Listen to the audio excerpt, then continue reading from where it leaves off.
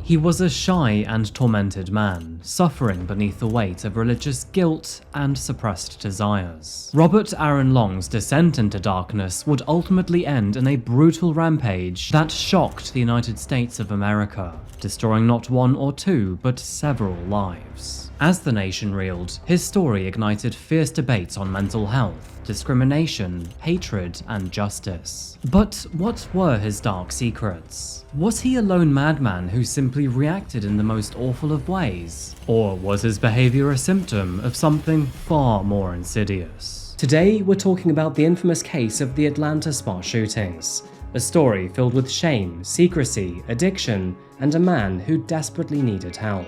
Hi there, Law and Crime. My name is Adrian, and it's great to be here. If you'd like, you can find more of me on my own YouTube channel, Coffeehouse Crime. But for now, let's dive into this old story together. With that said, please grab yourself a coffee and let's caffeinate while we investigate. This is the case of Robert Long.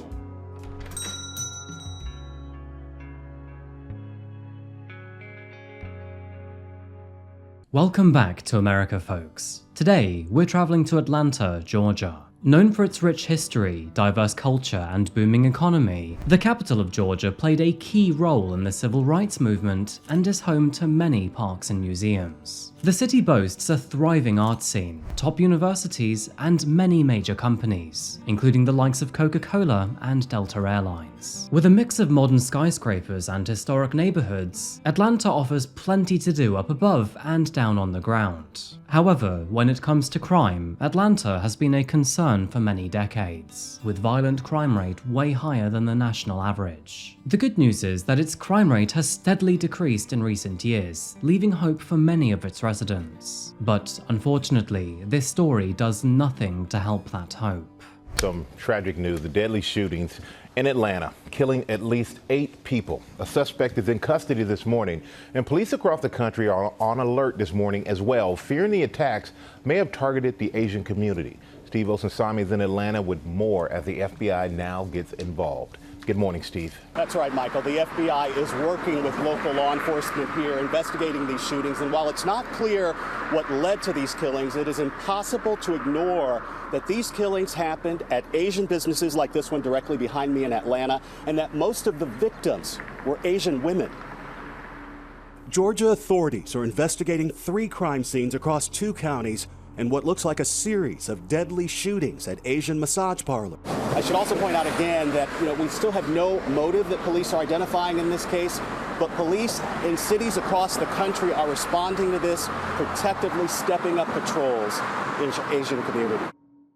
In the evening hours of March the 16th, 2021, news stations across America tuned into Atlanta to expose the horrific shootings that had just taken place. It appeared that up to 8 people had been murdered, and although it would take officers a while to determine the motive or even the perpetrator, it seemed that the Asian community had been targeted. The news was absolutely devastating for the city. Atlanta had already seen its fair share of not only shootings but division in recent years, and this was yet another disappointing blow for them. Within hours, the suspect was identified to be a 22-year-old man named Robert Aaron Long, who, for the most part, seemed to give himself up to officers without any hesitation. In fact, he basically confessed straight away, and with his crime so heavy, he was going to face a myriad of charges. In fact, if you look up his name on Truthfinder, you can see he received one of the heaviest sets of offenses possible, including felony murder, aggravated assault with a deadly weapon, domestic terrorism, murder, and possession of a firearm during the commission of a felony. And by the way, I actually partner with Truthfinder, and I use it to get details of the people that I cover in my stories. But even if you don't work in true crime, it can be an excellent resource to give you real peace of mind. I learned more about his age, physical appearance, warrant numbers, and relations using Truthfinder. It's one of the most extensive public record search services in the whole of the United States. And with a paid subscription service, you get access to unlimited reports for almost anyone. And right now, you can get 50% off your first month of confidential background reports by using my link truthfinder.com/chc. Diving into his history, Robert was born on April 6, 1999, to his parents Robert and Diane. He spent most of his life in Woodstock, Georgia, where he was raised in a primarily conservative community. It was in the year 2002 that he and his family moved into a charming one-story Grey Ranch-style house for the tidy sum of $127,000. Of course, that being when house prices were not so astronomical. For the most part, the Longs came across as a good Christian family. It is noted that Robert and his parents would often attend Sunday services, afternoon group activities, and Wednesday evenings at the Southern Baptist Church near home. And it is also worth noting here, especially for this video, that this church views adultery, fornication, homosexuality, polygamy, and, more specifically, pornography as sinful and offensive to God. Don't worry, we'll come back to this later in the video. Now, Robert did come across as an okay kid, and although he was known to be rather awkward and super shy, he never got in trouble with the law. It is reported that, while at school, he was not only a member of Sequoia's First Priority Club, but other religious groups too. In addition to this, he was also a hunter outside of school and church, meaning that Robert was good with a rifle. But being a law-abiding citizen with no known mental health issues or medication, well, people felt safe around him. So, if he was such a well-rounded person, then what went horribly wrong? Well, everything seemed fine up until the end of high school, but after that, things really seemed to fall apart. After graduating from Sequoia High School in 2017, he seemed to have difficulties in maintaining and respecting his values and beliefs. To begin with, he enrolled at the University of North Georgia campus in Cumming, which was 45 minutes away from home, but unfortunately would leave after the first year without completing any degree or program. He couldn't seem to hack the work and didn't have any other ambitions either, instead opting to pick up odd jobs from neighbors and otherwise sitting around at home. To put yourself in his headspace for a moment, but Robert felt empty. He had no ambition, path, or project to keep him busy. And of course, an idle mind will always create demons. But by the end of 2018, he had thankfully found himself his first adult relationship. Although we don't know her name or much about her, Robert's girlfriend lived about 100 miles away across state lines in Chattanooga, Tennessee. And by all counts, at least from what his friends have said, it seemed like he was smitten. By January of 2019, and against his parents' knowledge, he traveled to her hometown and shacked up with her, eventually telling his mum and dad that he was not ever returning home. And, well, when they heard the news, let's just say they didn't take it too kindly. In response, they called the police to report that their son had run away and was refusing to return home. But since Robert was now an adult, there was nothing that officers could do. It was quite obvious that Robert was just sick of his former lifestyle and clearly wanted a fresh start. Now, this is a rather tricky part of adulthood. Robert knew that he wasn't happy, and of course, he was now old enough to make his own decisions. But still, he also had very little experience of how the world actually works, and he was essentially betraying and abandoning his two biggest team players. Of course, that being his mum and dad. Surprise, surprise, but the relationship between Robert and his new girlfriend would not last very long, and actually, there was one very good reason for that. So, how do I put this subtly? Let's just say that he was addicted to adult videos and the whole service industry behind it. Robert would frequently spend some rather heavy-handed time behind a computer screen, and when he wasn't doing that solo, he was off visiting massage facilities for their, extra services. As you can likely guess, his girlfriend was furious when she found out about these secrets. As a result, she kicked him out of her house, and Robert found himself alone without a partner. But at least he had his magazines, I guess, right? He returned to Woodstock, but not to his family's home. Instead, he would stay in halfway homes or sleep on couches. During this point in his life, you could tell that Robert was not happy about his addiction, and he really took it to heart. And that's because not only was he still deeply religious, but he still really believed in the values of his church. And so it is no surprise that this level of deviance ate away at his conscience. Robert claimed to be tortured by his addiction, that he was living in sin, and he was walking in darkness. And by the way, this isn't me fluffing the story up with dramatic wording. it is precisely what he told his roommate. But still, the raunchy internet usage and the frequent visits to massage parlors continued. Not only was he trapped in his addiction, but he was unable to find a way out on his own. And the more that his frustration grew, the harder it seemed to let go. In an effort to wean himself off of his addiction, Robert eventually set strict limits on his use of the internet. He deleted his Facebook account, avoided anything that might excite him, and would even get rid of his smartphone to swap it out with a flip phone so he couldn't access the internet. Random side note here, but does anyone remember the old Moto Razr? And how cool was that phone back in the day? Friends say that Robert was the kind of guy who would hate himself for pleasuring himself, and would even consider that to be a relapse to his addiction. And as we know, his fixation and frequent visits to the massage spas would even cause the collapse of his relationship. Robert hadn't only lost his partner and his family here, but unfortunately, he would also lose his job through the pandemic. At the time, he had been working for a company that installed trade show exhibits, but of course, was let go when public events stopped happening. So, moving through the year 2020, it is no surprise that his depression skyrocketed after losing everything that kept him grounded.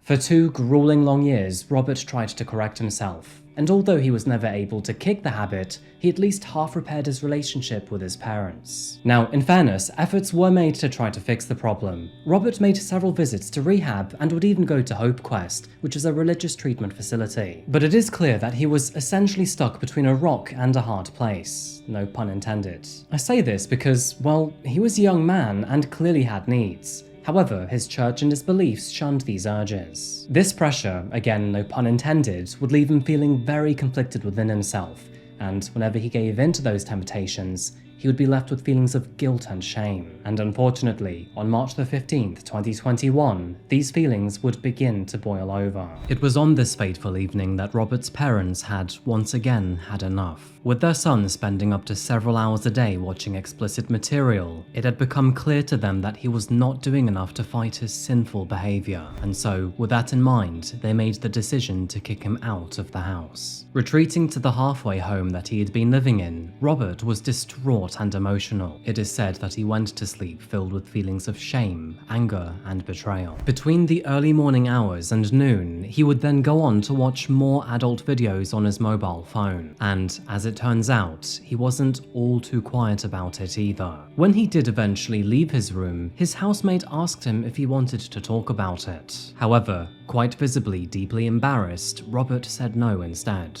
It appeared that that was the final straw for him, and Robert couldn't hack this internal conflict any longer. It was on that basis that he wanted to leave this world behind. And tragically, he made the decision to do this by taking others with him first.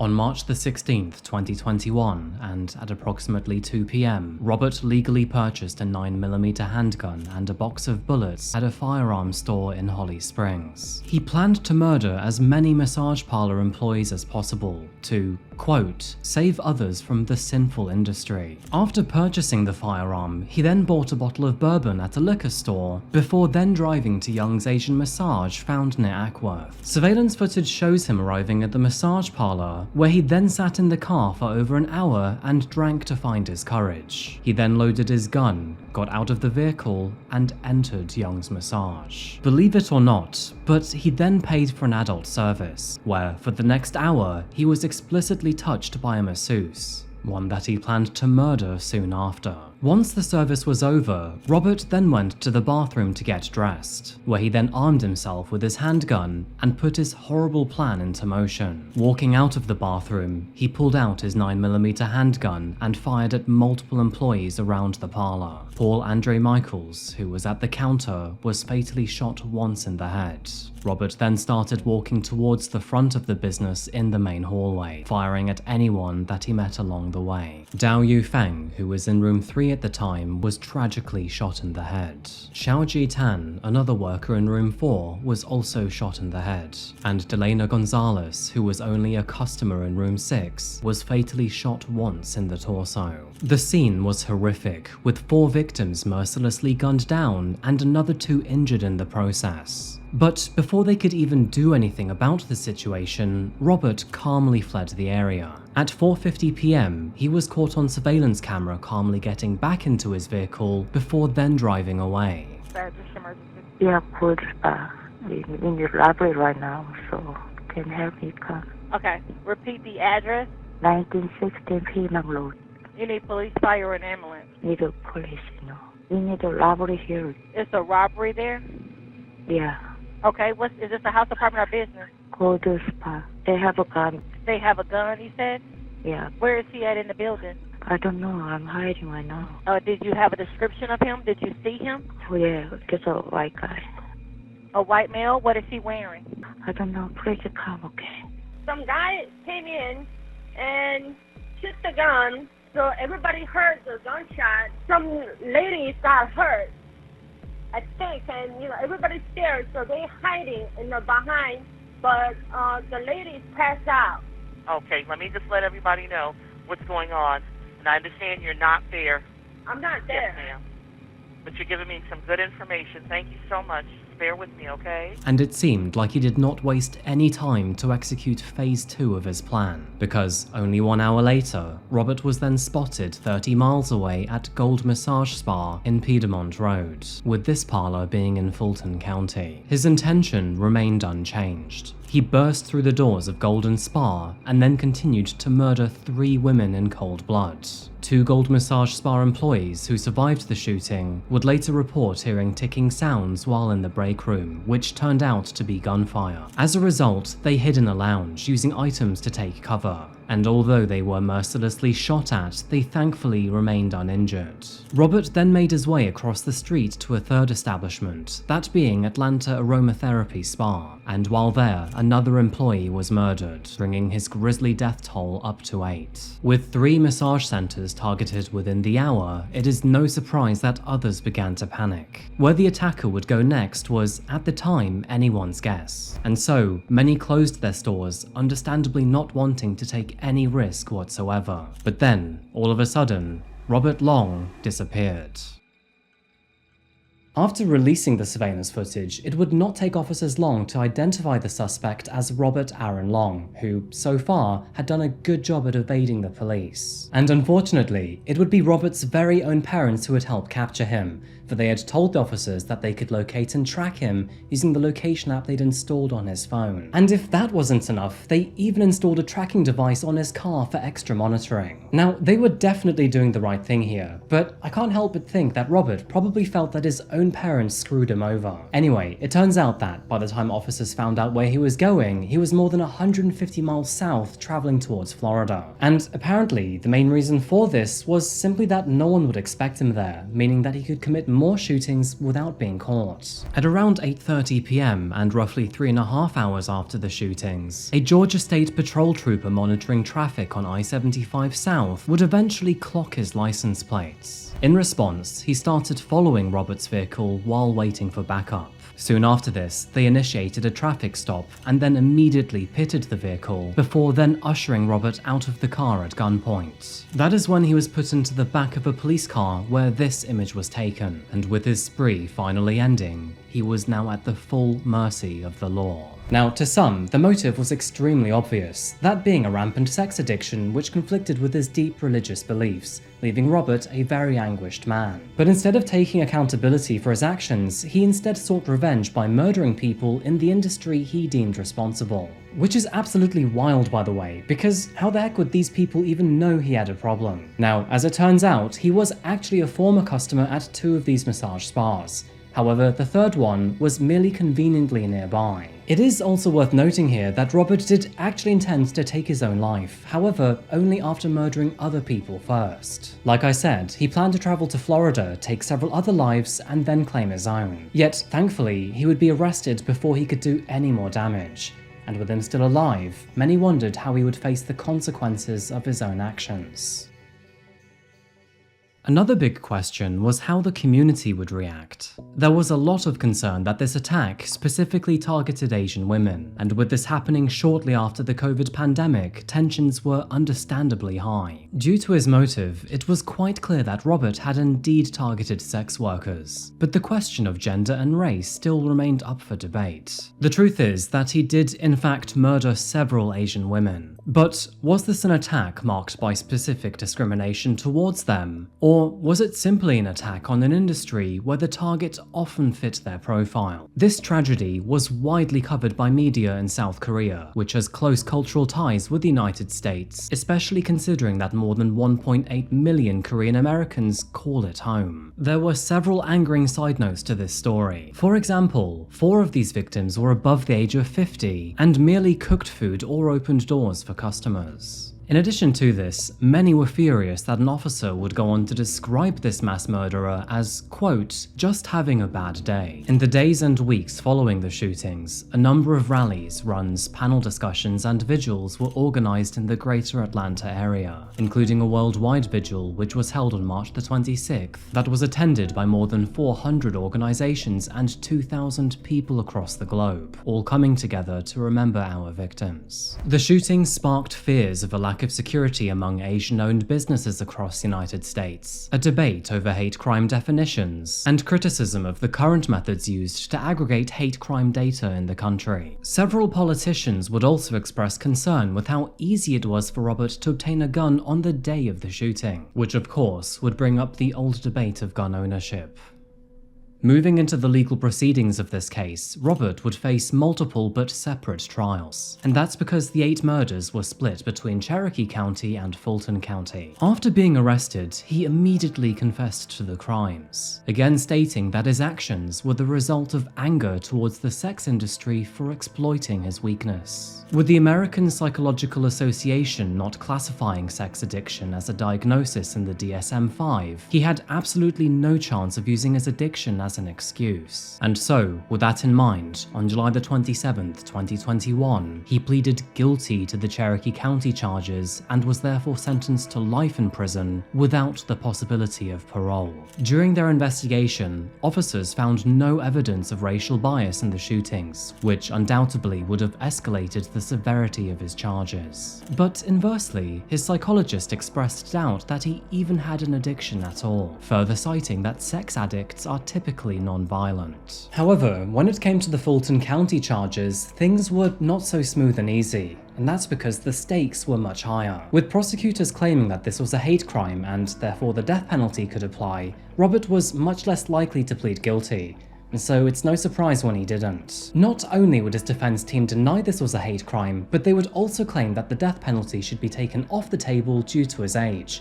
And with so many motions being placed in the meantime, it is no surprise that this trial has been delayed quite significantly. And although his trial was set to begin in May of last year, it was once again cancelled, with no trial rescheduled. So whether he will actually face a second trial and be given the death penalty, it is not yet clear. However, what we do know from his first trial is that he's already been condemned to life behind bars with no possibility of parole, which is great when you think about it. However, it does not make up for the loss and pain felt by not 1 or 2, but 8 families and beyond. And that is where I'd like to end this video, with the unspoken voices of this tragedy. Delana Ashley Yown was only 33 years old when Robert murdered her. She was only a customer and at the time was with her husband for a normal couples massage. Her husband, Mario Gonzalez, was in another room during the attack. To make matters even worse, officers would detain and then put him in handcuffs for 4 hours after she was murdered, believing that he may have actually been the shooter. The couple had been married for less than a year and had 2 children together, a teenage son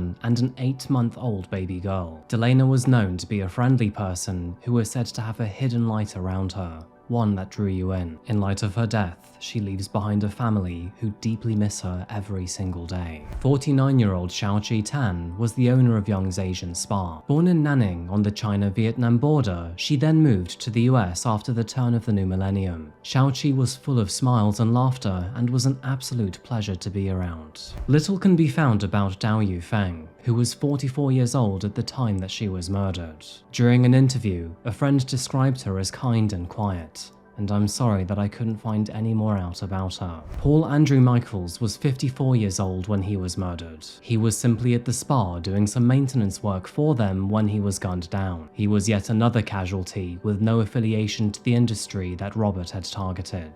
Hyun-Jung Grant was a single mother who worked hard for her two sons. Formerly a schoolteacher in South Korea, she made the move to the US to make more money for her family, and now they are left without her. Soon Chung Park, who was 74 years old, simply made food for the employees at Golden Spa. She was a very healthy and down-to-earth woman, and her family believed that she would easily make it past 100. Sun Cha Kim moved to the US in the 1980s. It is said that she was an absolute powerhouse of a person, and would simultaneously work 3 jobs in order to support her family. All she wanted in life was to grow old with her husband and her grandkids. But sadly, she passed away at 69. And finally, Yong I-yu, who was still looking very young at the age of 63, was a great mother who was always there for her kids. She loved karaoke, cooking, and spending time with her family. And again, she too leaves a massive void in her absence. For them, moving on feels impossible even though it's been a year. The shootings claiming the lives of mothers, sisters, wives, and an Army veteran. The pain for their families still raw as some try to honor the victims' lives by pushing for gun reform. I'm going to devote a significant portion of my life, not only being a better dad, but as long as people want to listen to what I have to say, I hope I can help. The most frustrating thing about this case is that it essentially came into fruition out of absolutely nothing. I'm not going to say what is right or wrong when it comes to adult content, but what I will say is that suppression locked behind a wall of guilt and shame was highly unhealthy for Robert's mental health. But what I will never understand is how feelings of guilt and shame can then just suddenly jump to cold-blooded murder. Now that is categorically insane. I do certainly think that there was more going on here. I mean, a normal person, especially one so devout to Christianity, would not proceed to murder. So, on that note, what do you think was going on here? Do you think this was just terrible mental health, or do you have your own theory here? As always, please share your thoughts in the comments section down below. Anyway, I'm gonna wrap this case up here today, but before I go, I'd like to thank Truthfinder again for sponsoring this video. If you'd like to get 50% off your first month of confidential background reports, then please go to truthfinder.com/chc. Also, you can support the channel by going to my Patreon here, or alternatively, just follow me on social media, most notably my Instagram here. And yeah, I think that's pretty much the end of the video today, folks. Thank you so much for watching and making it this far. As always, I really do appreciate you sticking around. Anyway, I'll be back in probably 3 or 4 days. Until that moment arrives though, please do remember to look after yourselves, look after each other, and as always, stay safe. Thank you, and goodbye.